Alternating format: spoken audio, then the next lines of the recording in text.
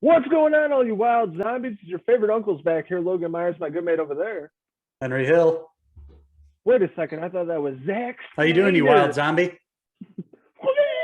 And I'm here with Zach from the OC. Have you seen my lipstick? Hey, Cohen. Tonight we're back talking about the newest film that was just released, something we've been really excited to check out. Anticipated, probably one of the most anticipated films of the year. And we're talking about Zack Snyder's newest film, Army of the Dead. Back in my old stomping grounds in Las Vegas, the zombie apocalypse is upon us, and shit hits the fan pretty quick. Viva Las Vegas and the zombie apocalypse. Hell yeah. We've both been anticipating this movie for quite some time, ever since it was first announced. We heard Zach was coming back to direct another, Dead film, him obviously doing Dawn of the Dead several years ago with James Gunn and him working on the script for that one. That was a big hit, very well done.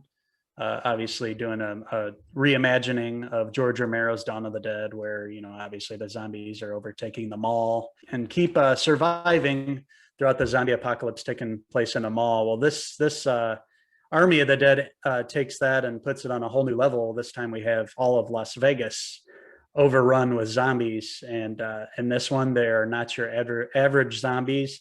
Zombies have now evolved, not all of them, but we have some zombies that are reminiscent of the slow zombies that we're used to. We see some faster ones, and then we see even a higher class of that with some alphas zombies who are just awesome and who are fast, vicious, smart, calculated. They're unlike any zombie we've seen before, really. The alphas, those are probably the creepiest part of the film, but they look like Hulk, like a steroided out zombie. They're like super strong and fast and veiny and veiny and creep. They kind of look like the people in People Under the Stairs, Wes Craven movie. They kind of reminded me of that, like how they're decayed but like really unsettling looking and like they're gonna eat me. But yeah, it's cool seeing something I've been thinking about for a long time. I thought it'd be cool to see zombies in Vegas taking over the casinos and the strip. And Zack Snyder responded to my thoughts and created this film. I had an absolute blast with it. We have Dave Bautista playing the main character, Scott Ward. He's kind of down on his luck. He's working at like a burger joint, flipping burgers. He looks like he's rock bottom and zombie apocalypse, and he basically gets his job to go find millions of dollars underneath the Las Vegas Strip, but he has to get a team together to make it there because it's the zombie apocalypse and zombies will kill them. So that's basically the setup, is him finding this Suicide Squad to go find this money and make their way into horde of zombies and make it out alive. It definitely does feel like Zack Snyder's version of the Suicide Squad, really, with a ragtag group of mercenaries. And, obviously you have people with certain skills like Dieter, who's the guy that's able to get into the, crack the safe and get in. They're obviously going to have to get in here and coordinate with each other to work through and make their way through the massive zombies that have obviously overtaken Las Vegas. Yeah. The opening scene's really awesome. We see a military convoy obviously transporting something very valuable in the back. The soldiers aren't even sure what. They're the two soldiers that the camera is following are talking about it, and the one soldier tells the other, what's back there, right? We basically have, I forget what the word they used was, but basically the Holy Grail back there. And obviously things go very wrong. And we find out that one of those alpha zombies is back there, and it escapes and kills the soldiers. And then that leads into the brilliant opening scene where you get the opening credits. You get to see all the zombies overtaking Vegas. You see, obviously, zombie Elvis. You see showgirls, and we see Las Vegas in ruins. And from there, the story, like you said, obviously this team of mercenaries. Dave Bautista is a former special forces mercenary. That's why this Japanese man that wants him to break in and get all this money for him, he chooses him first because he knows he's going to be the leader. He's seen war before. He's dealt with zombies. So obviously Bautista is the one that's going to lead this crew in. With that, we obviously are introduced to all the other characters. My second favorite character, or maybe even my favorite character, I don't know, was Dieter, the German guy. I thought he was really funny. He's Yeah. kind of the dorky, kind of is afraid to kill at first guy that's part of the crew that's going to pick the safe and stuff. He has a lot of comedic moments throughout the film that offers some some of the comedy throughout all the horror and gore that we see in this film. Vandero, yeah, that's right. Yeah. I liked his character too. He seemed like the one of the smartest out of all the bunch. The Yeah. one that was going to be one of the ones that was going to survive. Him and Batista, I figured would be some of the characters that would be alive in the end. So. Yeah, like ex-military, the training for this are fucking tough. Other guys are going to be taking out 40 zombies. And Vandero, he had that cool saw. Like, it was like super heavy and Yeah, did some damage. I liked his weapon. That was really cool. Reminded me that of, was like, really cool. Yeah, we saw it at first a little bit, but they didn't really. I thought it was going to be used more throughout the film. It's only used a little bit, but yeah, yeah. that was. I loved when it was shown on there. I loved all the scenes of them just like totally slaughtering the crowds and mass of zombies coming at them. They just totally annihilated them. Yeah, it was really well done. Like, in terms of like practical effects, everything looked really great. Like, super gory, blood splattering everywhere, and intestines and limbs and everything. I mean, they didn't hold back on that. But when the CGI came into the picture, it didn't look very good. Like, the beginning scene in the desert, I noticed like the ground and the background didn't really match up. It was just like them in the desert. I'm like, why the hell did they use a green screen for that? There was definitely some moments throughout that you could tell was an obvious green screen that Yeah, took away from the viewing for a little bit. And with them, taking out Chris D'Elia, who's initially starring as the helicopter pilot, and replacing, like I said on the podcast, I noticed a little bit of that with them replacing the character, filling, Tig Notaro filled in, and she did a good job. But I could tell in a couple spots that she was obviously CGI'd in. I did like the look. There's a zombie tiger on the loose in Vegas, and I thought they did a pretty awesome job with that. It didn't look overly fake or anything. Obviously, it wasn't real, but it looked pretty cool to me. Yeah, it looked pretty menacing. I think I would definitely not want to mess with if I was down there. No. It was like pretty intimidating. Like, it kept me on the edge of my seat at times. Like, introducing to the tiger and all the alphas call to one another, and like you have to sacrifice something to go into there and to the like in the strip to get to where they need to be in this casino. It's a big coordinated effort with the team working for Tanaka. I like the scene where they're all discussing, he's Batista's character, Mark, is trying to get everybody on board, and he's talking about what, would you do this for $20,000? And for each person, he tells, a different amount. Yeah. So he's going to get a certain amount. He knows how much they're doing the job for, and based on who he's asking, he gives them a different dollar amount for each. And to some, it's 20,000 sounds like a lot, but when there's 500 million at stake, it's actually, he's getting their services for barely anything. So that was pretty funny. And don't even get me started on how much money he actually got at the end of the movie. Yeah. I know. Out of all that, Yeah, like, I know. Yeah, I couldn't believe that either. Jeez. Yeah, but that was funny though. Like, each person was like, "I have $1 million for you for this job." They're like, "Okay, count me in." It was Theo Rossi. We'll give you $5. Yeah, I'm not doing anything. I'm just this ex-security guard over here who doesn't really have much to do. That sounds good. Yeah, I'll take $10. Yeah, some people got like $1 million. Other people got like 10 grand. We totally got screwed, but throughout the movie, it was a different amount of money. So I thought it was good. With the whole premise with them going in to steal this money, they have to go into Vegas and they have a set time, because on July 4th, the government has decided that they're going to launch a nuclear weapon and just clear out all the zombies in Vegas. They have it all walled off. So they're going to do a precise attack with the nuclear weapon and hopefully destroy all the zombies that way. So it doesn't spread.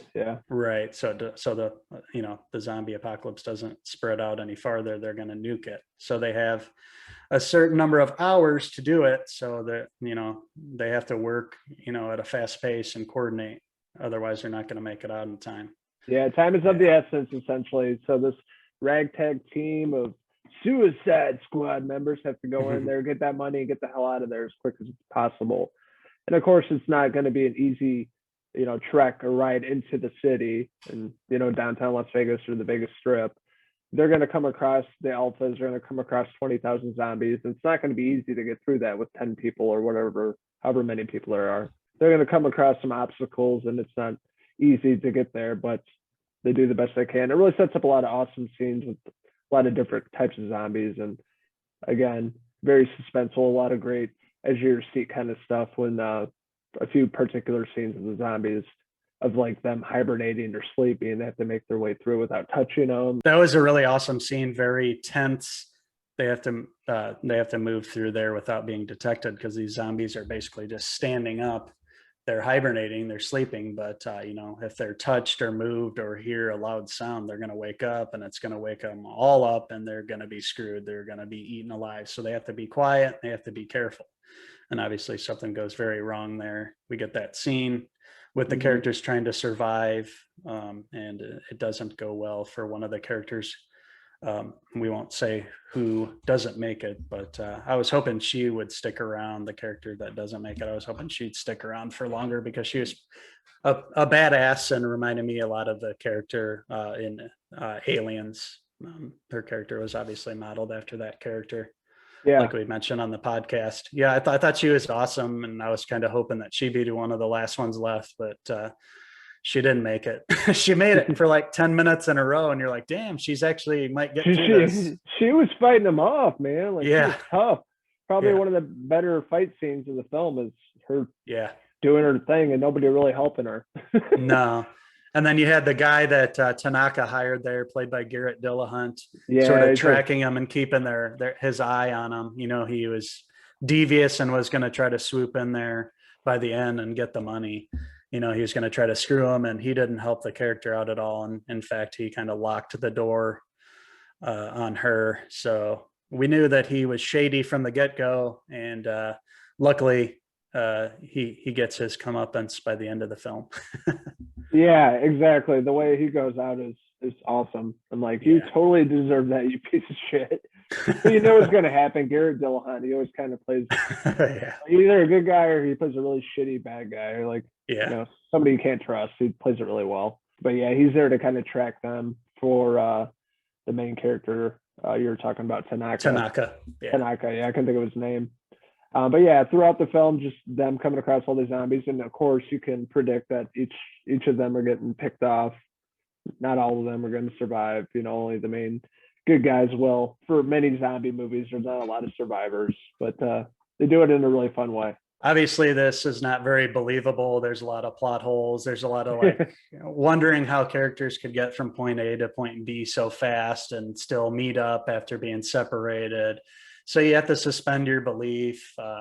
You have to just go along for the ride. It's just a fun movie. Don't think about it too much. You're not going in for the acting. You're not getting any good acting here. You might get a couple scenes that were pretty solid, but overall it's pretty choppy. You're just watching a fun movie where ragtag group of soldiers are trying to survive and make it through and get this money, and enjoy the gore on the way. Really, we expected a lot of gore, and this movie delivers very much so. We see some awesome brutal stuff in this movie, and we know Zack Snyder doesn't shy away from gore and slow motion shots. We see a lot of slow motion shots where people get messed up, get limbs pulled off, heads stomped, ate, chopped off, everything you can think of. You see some pretty gnarly stuff in this. So I was happy with that, and it helped, boost up the score.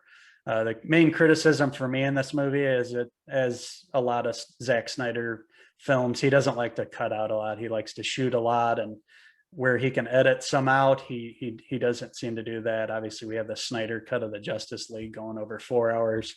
Luckily, it wasn't that long, but it was still too long. Definitely about a half hour at least could be cut out of it, I'd say, because some parts drag.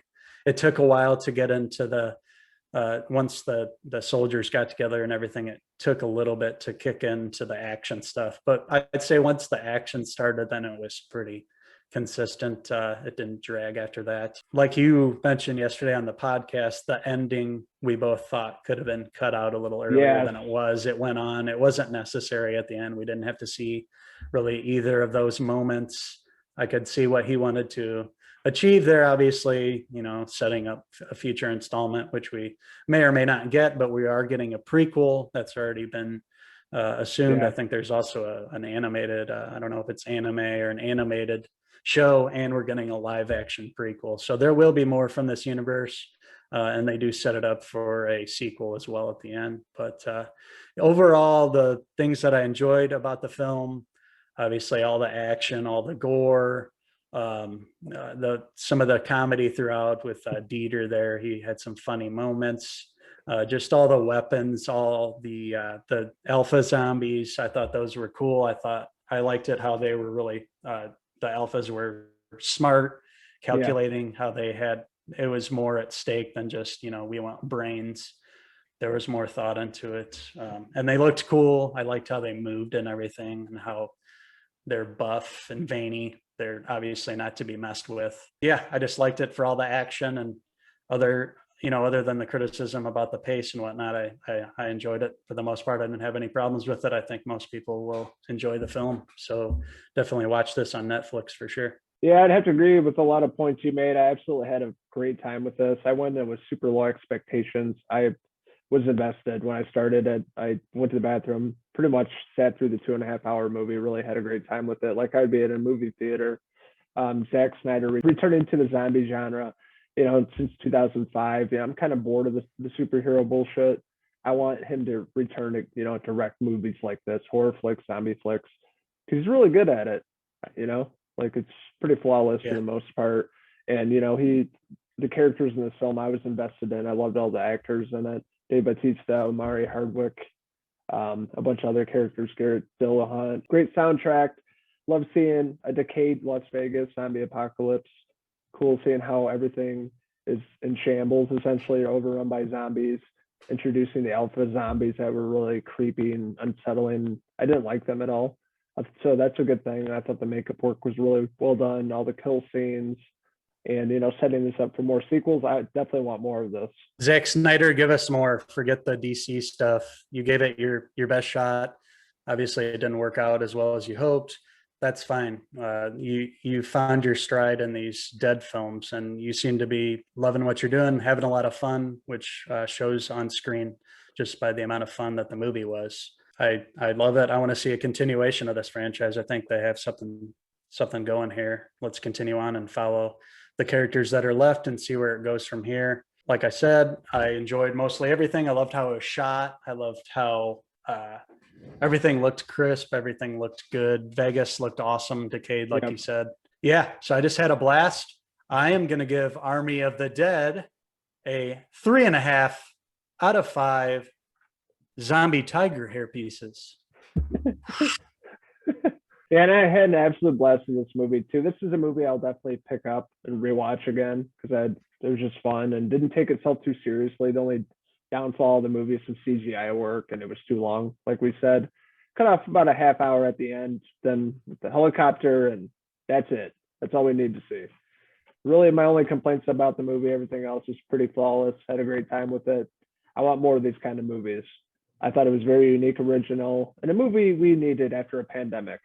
So that being said, I'm going to give Zack Snyder's Army of the Dead a 4 out of 5 Dave Bautista hair pieces.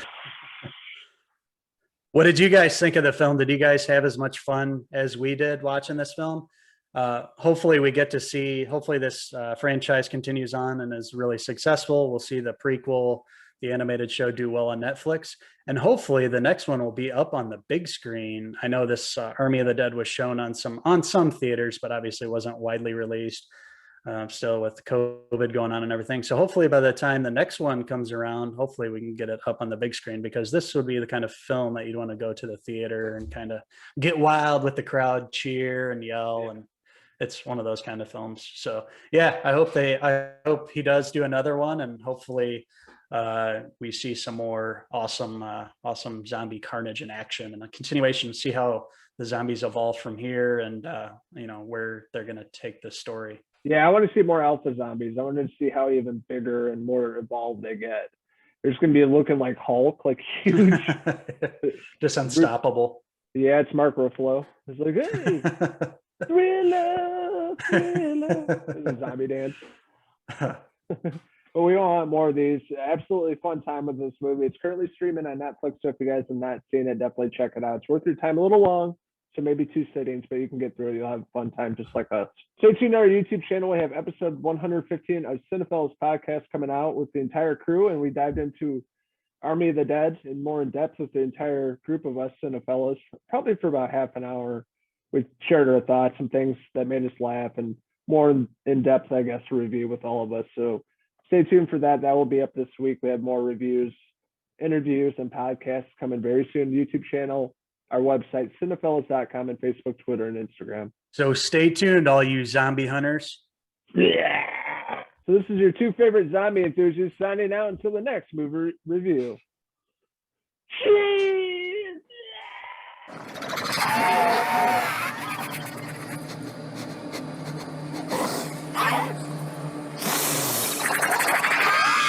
In your head, in your head.